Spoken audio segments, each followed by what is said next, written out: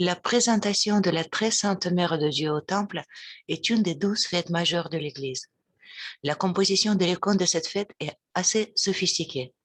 Au premier plan, nous voyons une procession de gens qui se dirigent vers le Temple, qui est représenté par un ciborium, par un dais, c'est-à-dire ce tissu de couleur pourpre qui symbolise la présence de Dieu. Le plus important dans cette composition est sans aucun doute le symbole du temple vivant, la Vierge Marie, qui a contenu ce que rien ne peut contenir, le Dieu, et qui est devenue Mère de Dieu.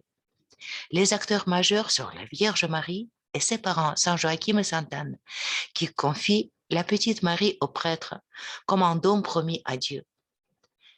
Les parents de la Vierge sont suivis par plusieurs jeunes filles portant les cierges allumés. Cette architectonique fait allusion à la glorification de la Mère de Dieu comme un sacrifice de pureté à Dieu, comprise comme prototype du sacrifice qui sera offert par Dieu lui-même. La deuxième partie de la composition est l'image du grand prêtre, du souverain sacrificateur, qui, en s'inclinant, accueille la Vierge devant les portes du temple. La Mère de Dieu est représentée en ses habits habituels. Selon la tradition, elle porte une robe bleue et un mophorion de couleur rouge foncé, tout comme elle est toujours représentée sur les icônes. Toute petite, c'est elle qui est le centre de la composition. Tout le monde s'incline devant elle, le grand prêtre, ses parents, les anges, les fidèles, tous vénèrent celle qui deviendra la Mère de Dieu. La présentation de la très sainte Mère de Dieu au temple est la fête la plus tardive. Certains chercheurs historiens lient son apparition avec la construction en 543 à Jérusalem de la nouvelle église de la Mère de Dieu par l'empereur Justinian. Mais ce n'est qu'une hypothèse n'ayant pas de preuves historiques solides. La tradition de fêter l'événement de la présentation de la Mère de Dieu débute au 8e siècle et à partir du 9e siècle, cette fête est déjà connue par les chrétiens de Proche-Orient. Mais il a fallu attendre le 14e siècle pour que cette fête fasse partie des 12 fêtes majeures. L'événement de la présentation de la Vierge au Temple est absent dans les évangiles canoniques. Cet événement est mentionné pour la première fois dans les textes apocryphiques, notamment dans le proto-évangile de Jacques, rédigé en grec, et dans l'évangile de Pseudo-Matthieu, le texte en latin. On apprend que Marie provient de la lignée du roi David du côté de son père et du grand prêtre Aaron du côté de sa mère. Ainsi, la prophétie vétérotestamentaire qui prédisait la naissance de Sauveur, qui devrait être descendant d'une lignée des prêtres et d'une lignée des droits en même temps, ont été accomplis.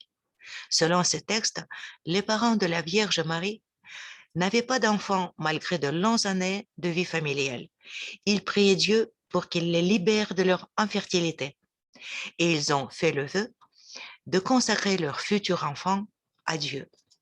Le proto-évangile de Jacques décrit la présentation de Marie au temple comme suit. Lorsque la petite fille eut 3 ans, Joachim dit, « Appelez les vierges saintages des Hébreux, et qu'elles prennent chacune un flambeau qui ne s'éteindra pas. L'enfant ne devra pas retourner en arrière, et son cœur ne se fixera pas hors du temple du Seigneur. » Ils obéirent à cet ordre, et ils montèrent ensemble au temple du Seigneur. Et le prêtre accueillit l'enfant et la prit dans ses bras. Il la bénit, et il l'embrassa, et il dit, « Marie, le Seigneur a donné de la grandeur à ton nom dans toutes les générations. Et à la fin des jours, le Seigneur manifestera en toi le prix de la rédemption des fils d'Israël. » Et il fit asseoir l'enfant sur le 3e degré de l'autel. Et le Seigneur Dieu fit descendre sa grâce sur elle. Et debout dans ses pieds, il se mit à danser. Et il fut cher à toute la maison d'Israël. Les parents redescendirent du temple et ils étaient remplis d'admiration et ils louaient Dieu. L'enfant ne s'était pas retourné en arrière. Et Marie demeurait dans le temple du Seigneur, semblable à une colombe, et la main d'ange la nourrissait. Le pseudo-Matthieu note que Marie gravit en courant les 15 marches du temple sans se retourner, et tous les gens présents et les prêtres étaient éblouis. La Vierge Marie a été introduite dans le Saint des Saints, la place centrale du Temple de Jérusalem. Cela a été fait selon le commandement spécial de Dieu, car selon la loi, un seul souverain sacrificateur pouvait y rentrer, et seulement une fois par an. Selon le proto-évangile de Jacques, Marie a vécu dans le temple jusqu'à l'âge de 12 ans. Selon l'évangile de Pseudo-Matthieu, jusqu'à 14 ans.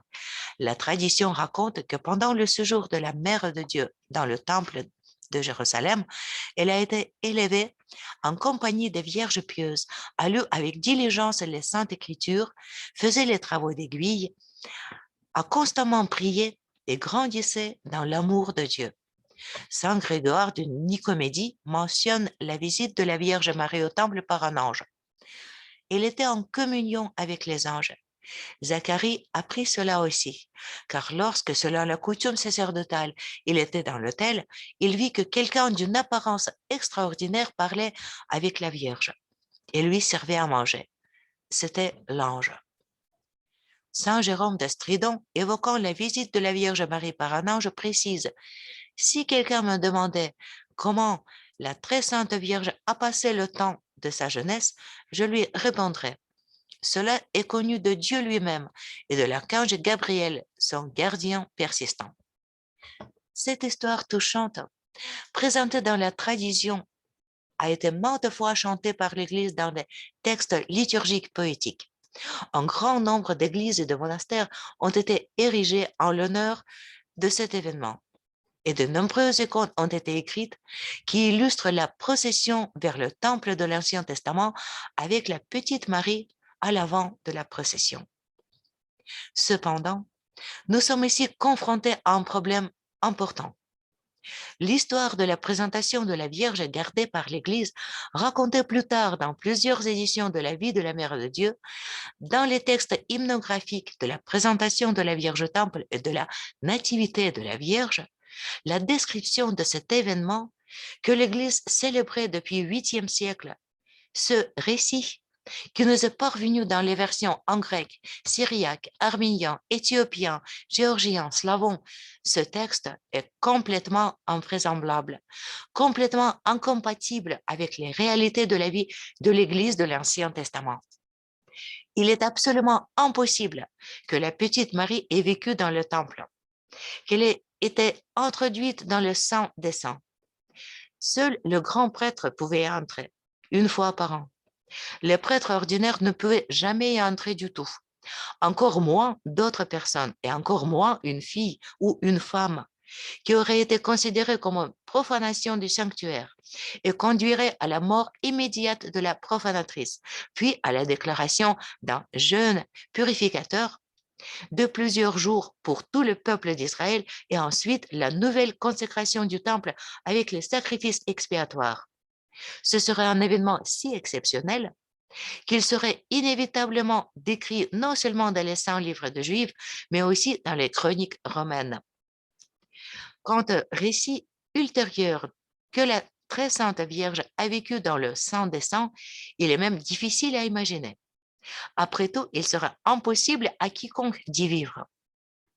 C'était une pièce vide, petite, non chauffée, sans fenêtre, avec une pierre haute de 3 doigts au milieu. Sur cette pierre, selon la tradition, Abraham sacrifia son fils. Et plutôt, l'arche de l'Alliance s'y trouvait avant sa mystérieuse disparition. Non pas que dans le Saint des Saints, il était en général impossible de vivre sur le territoire du temple en raison des règles extrêmement strictes de pureté rituelle. De plus, le vœu de chasteté est inimaginable pour la mentalité de l'Ancien Testament. L'absence d'enfants dans le judaïsme est un signe du péché.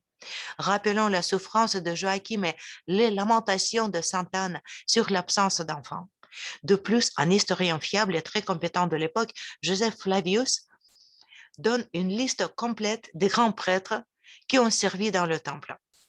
Il n'y a pas de Zacharie parmi eux. Par conséquent, il était largement admis parmi les historiens qu'il s'agissait d'une histoire fantastique ou mythologique.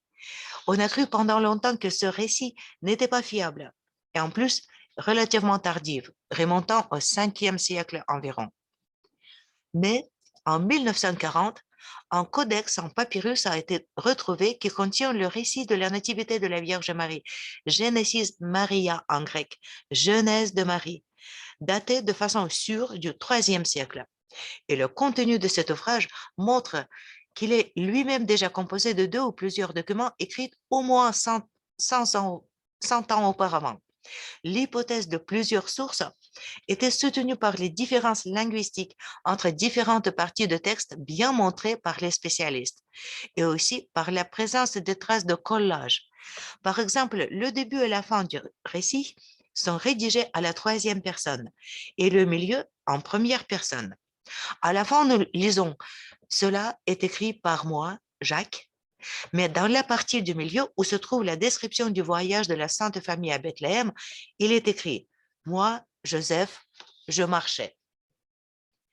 Il a été prouvé donc de façon définitive que les sources de ce récit remontent au deuxième siècle, sinon au premier siècle, c'est-à-dire il a été écrit si tôt qu'il est tout à fait possible que le temple de Jérusalem existait encore, ou bien qu'il y avait encore les gens qui se souvenaient parfaitement des règles et coutumes du temple.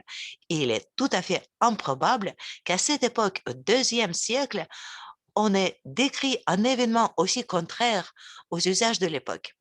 Néanmoins, la datation du texte ne laisse aucun doute. C'est un fait historique. Nous sommes confrontés à un problème apparemment insoluble.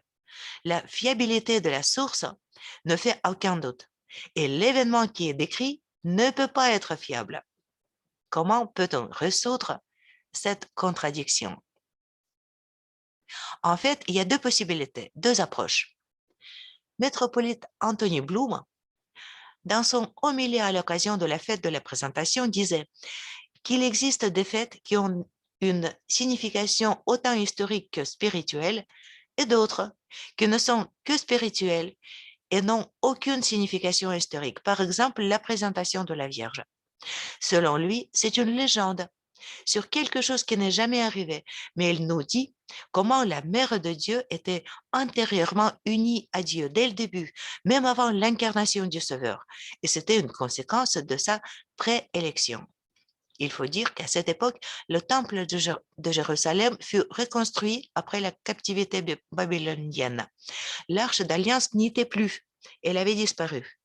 Le sang des saints était vide et il n'y avait qu'une dalle de pierre sur le site du sanctuaire principal. Un événement mystérieux et symbolique a eu lieu. À la place de l'arche de l'alliance perdue, le grand prêtre présente la Vierge Marie, celle qui est devenue la Mère de Dieu, le nouveau tabernacle de Dieu, l'arche qui contenait le Dieu que rien ne peut contenir. Dans la scène où l'ange volant du ciel apporte de la nourriture de la Vierge Marie assise sur la marche du Saint des Saints, la signification eucharistique de l'épisode est soulignée par la taille du pain et par l'image claire de la croix dessus. Historiquement, dans le monde physique ordinaire, l'entrée dans le Saint des Saints pour une toute fille juive était impossible, mais dans l'espace de la Genèse de Dieu, dans l'espace véritable, dans l'espace de l'esprit, cet événement s'est produit. L'élu de Dieu a été introduit par Dieu dans le Saint des Saints de son vrai temple céleste.